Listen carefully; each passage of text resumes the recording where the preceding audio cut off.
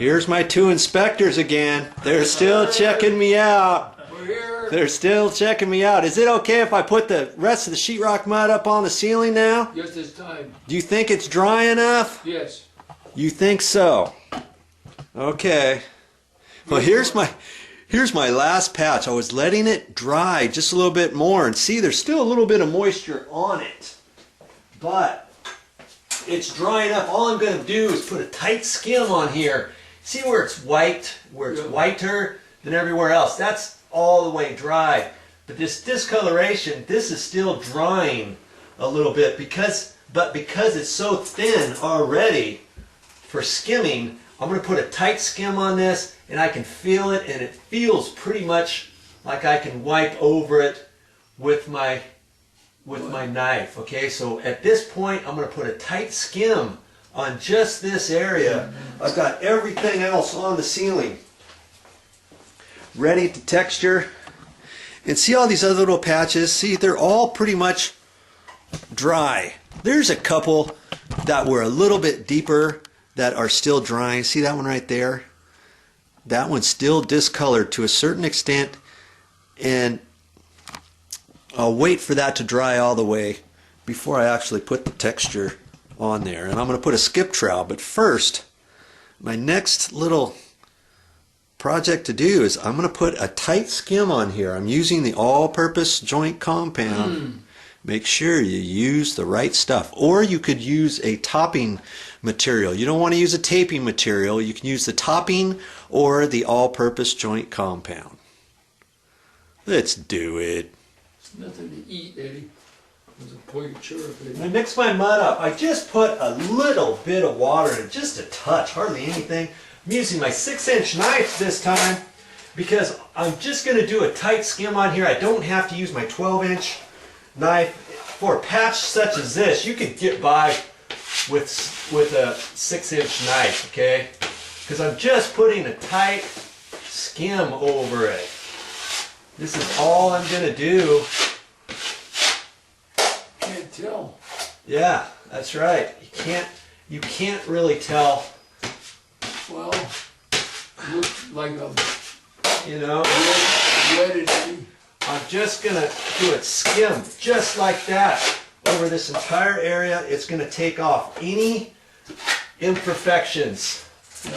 Ah, that's nice. Smoother than a baby's butt. Yeah. That's what I like to do it. How I like to do it is that smooth. Yeah. Just wiping it on.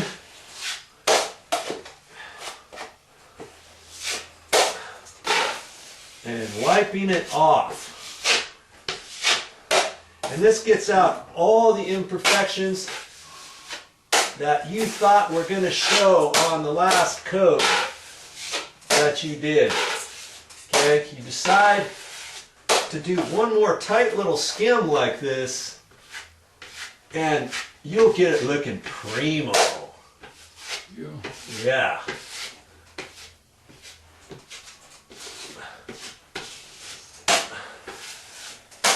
And if it didn't have this light fixture in here, I could do it with the 12-inch all the way, nice and easy. But, you know, I'm showing you how to do it with the 6-inch, just so you can see that it's possible to do it with the 6-inch. Nice and easy.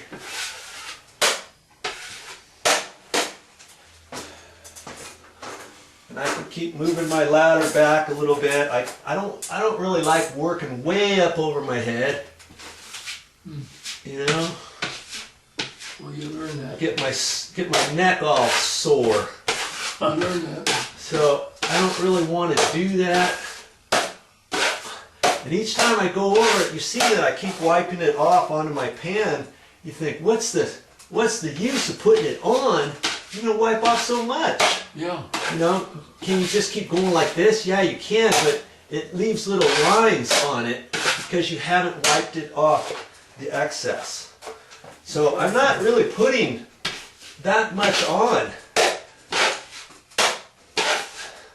but it just gets everything nice and smooth. What do you think? Yeah. Am I doing okay? Yes. Got my inspectors here. They're saying A-okay. They're giving me the thumbs up.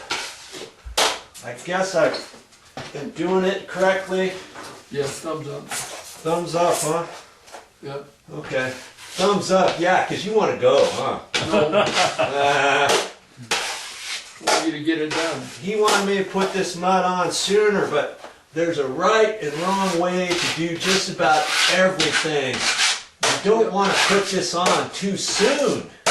If you put it on too soon, and the last layer will start pulling. Cool. You're not going to get it on there properly. Okay? You're just not going to do it. So you just have to wait until it's ready. And by golly, by Joe, it's ready.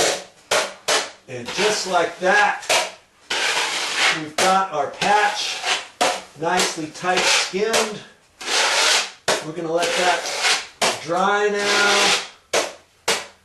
And I'll show you what we do after that. Once this dries, obviously, you know what the next step is, don't you? Oh yeah, we're going to skip trowel, baby. And I'll show you that next time. Sand it. And the inspectors told me I was done. Oh. But I guess I missed the little spot. It's not that big of a deal because it's smooth anyways right there. But hey, you probably saw that on the video camera. And so I'm going to go ahead and get it.